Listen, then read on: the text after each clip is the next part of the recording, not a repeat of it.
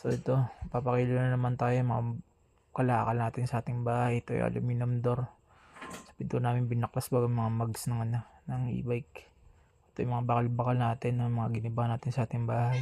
Sa bintana, ayan. Okay.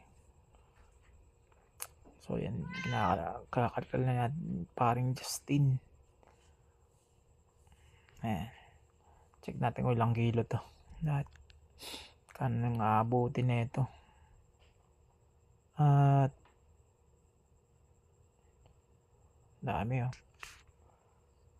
So magkano nga ba inaabot?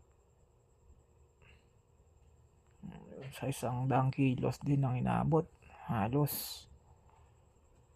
Okay. Pamerenda na naman tayo nito. So ayan, 2,332 binayad sa akin. Basura lang yan sa bahay.